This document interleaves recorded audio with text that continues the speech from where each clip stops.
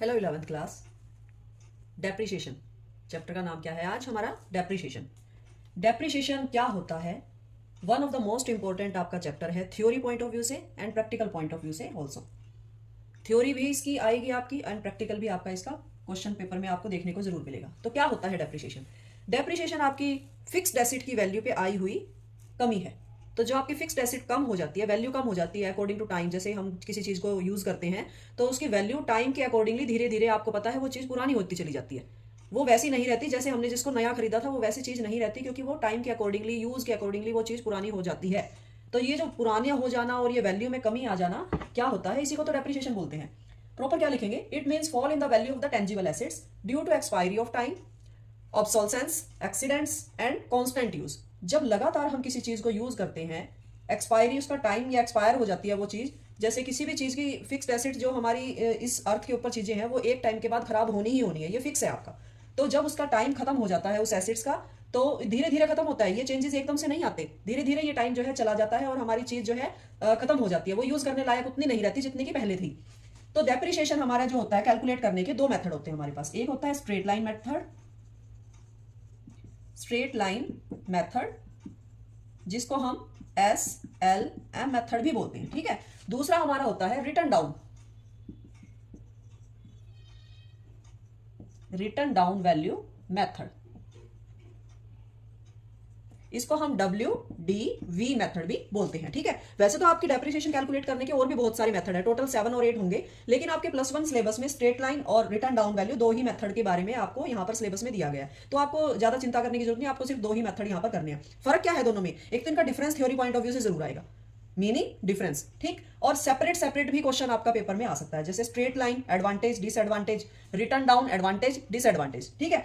तो straight line को करते हैं पहले। स्ट्रेट लाइन यानी SLM मेथड हमारा क्या है? स्ट्रेट लाइन मींस एक ही लाइन से एक ही जो आपका डेप्रिसिएशन है जो हम फर्स्ट टाइम कैलकुलेट कर लेंगे, फर्स्ट ईयर कैलकुलेट कर लेंगे, वही हर जो साल है एवरी ईयर वही लगता रहेगा आपका। रिटर्न डाउन में ऐसा नहीं होगा। रिटर्न डाउन में हमने हर साल यहाँ पर डेप्रिसिएशन कैलकुलेट करना है।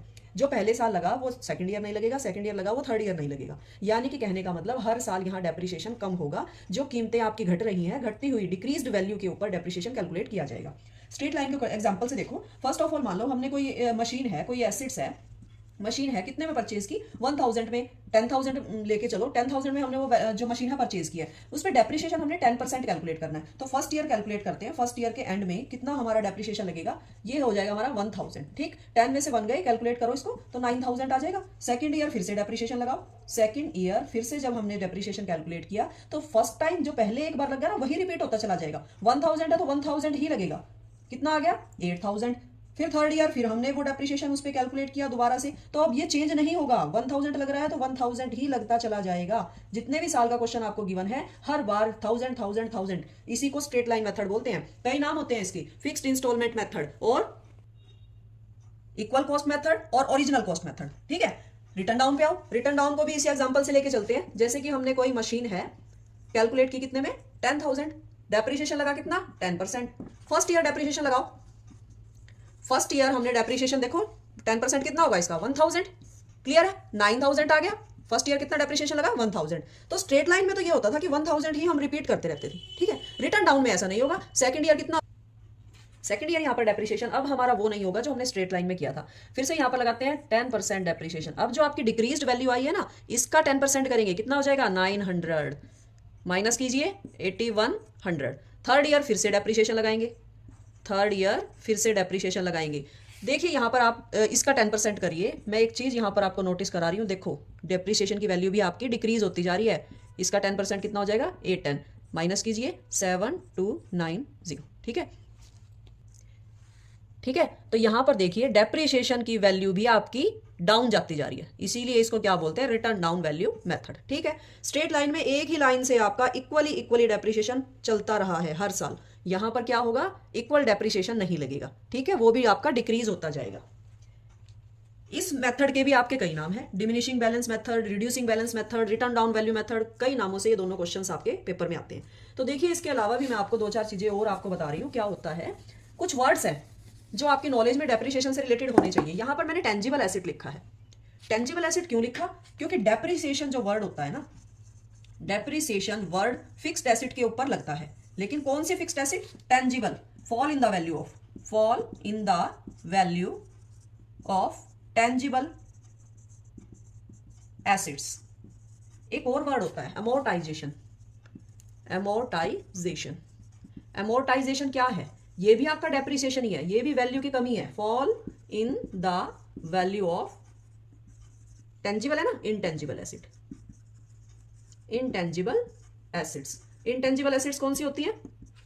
जिनको टच नहीं कर सकते, देख नहीं सकते, ऐसी एसेट्स को इंटेंजिबल, जैसे कॉपीराइट, ट्रेडमार्क हमारा जो बिजनेस का होता है, गुडविल होती है, इनकी वैल्यू जब धीरे धीरे टाइम के अकॉर्डिंगली कम होती है तो उसके लिए जो वर्ड यूज किया जाता है वो अमोर्टाइजेशन होता है। डेप्रिसिएशन जो दिखाई देती है टेंजिबल एसेट्स, उनकी वैल्यू में जब कमी आती है तो उसको टेंजिबल एसेट्स पे जो लगता है वो डेप्रिसिएशन है, इंटेंजिबल एसेट्स पे लगता है अमोर्टाइजेशन है। एक और वर्ड होता है आपका डिप्लीशन। ये जो वर्ड है ये आपका किस चीज के ऊपर लगता है? वेस्टिंग एसिड्स के ऊपर। Fall in the value of, fall in the value of wasting acids. Wasting acids से क्या आपका मतलब है? वेस्टिंग एसिड्स क्या होती हैं?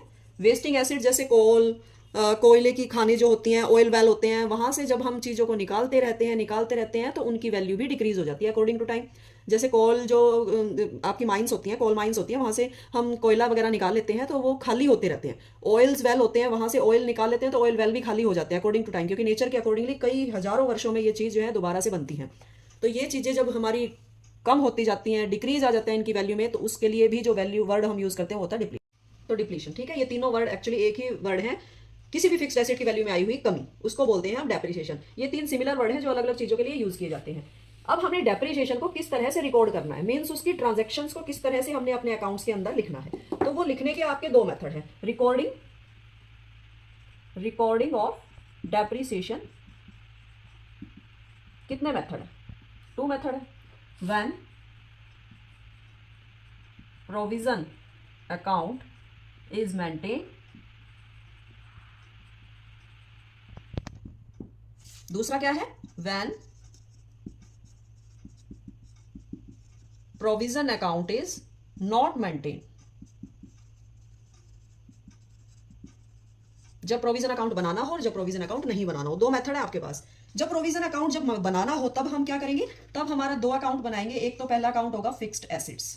फिक्स्ड एसेट्स जैसे मशीन गिवन है तो मशीन का अकाउंट बनाना है, बिल्डिंग गिवन है बिल्डिंग का अकाउंट बनाना है, जो भी आपको प्लांट गिवन है प्लांट का अकाउंट बनाना है, जो एसेट्स गिवन है उस एसेट का अकाउंट बनेगा। लेकिन उसके अंदर डेप्रिसिएशन की कैलकुलेशन नहीं की जाएगी। क्यों? क्योंकि डेप्रिसिएशन के लिए एक अलग से अकाउंट प्रिपेयर किया जाएगा, उसका नाम क्या होगा?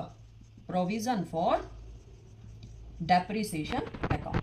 तो यहां पर अल्टीमेटली दो अकाउंट प्रिपेयर किए जाएंगे। Provision account is not maintain, जब ये नहीं बनाना है हमें प्रोविजन अकाउंट तो ऑप्शन ही नहीं बचा, फिर तो हमें क्या करना पड़ेगा? फिक्स्ड एसेट्स एक ही अकाउंट बनाना पड़ेगा और सारी डेप्रिसिएशन की जो हमारी ट्रांजैक्शन है वो इस एक ही अकाउंट के अंदर प्रिपेयर करनी पड़ेगी। डेप्रिसिएशन नहीं बनाना यहाँ पर, यहाँ बनाना है तो फिक्स्ड एसेट में कुछ नहीं लिखेंगे, ओनली हम balance CD, balance BD, CD BD CD ऐसे लिखते जाएंगे और जो डेप्रिसिएशन होगा उसका सारा काम हम प्रोविजन फॉर डेप्रिसिएशन अकाउंट में करेंगे। यहाँ अगर नहीं बनाना है आपको तो फिर क्या करना है? एक ही अकाउंट प्रिपेयर होगा, फिक्स्ड एसेट अकाउंट। ओके, तो ये तो था आपका डेप्रिसिएशन का chapter full complete. I hope आपको समझ आया होगा। Okay, thank you.